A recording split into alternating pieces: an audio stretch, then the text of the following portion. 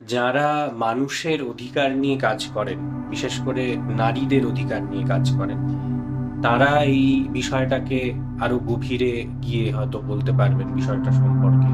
আমার সেখানে কোনো মন্তব্যই হয়তো সবটাই আমার অজ্ঞতাকেই প্রকাশ করে।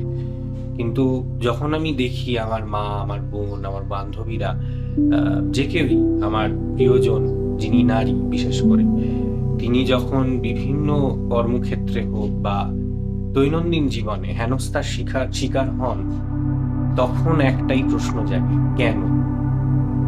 কারণ পুরুষ নারীর এই বিভেদটা, এটা কার করা? এবং সমাজের সাথে নারীদের যে সমীকরণ, যেটা হওয়ার ছিল, যেটা হওয়া উচিত, তার থেকে যেটা হচ্ছে তার অনেকটা তফাৎ।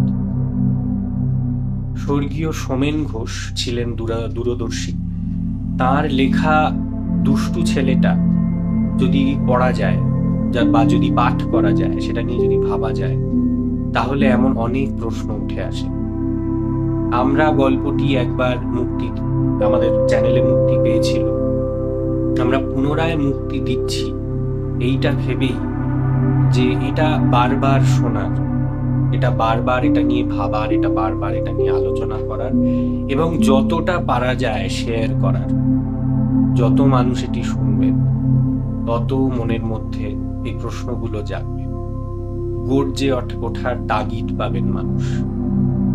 পাস এন্টারটেনমেন্টে এই রবিবার 7ই সেপ্টেম্বর দুপুর 12টায় মুক্তি পাচ্ছে আবার সোমেন ঘোষের দুষ্টু ছেলেটা।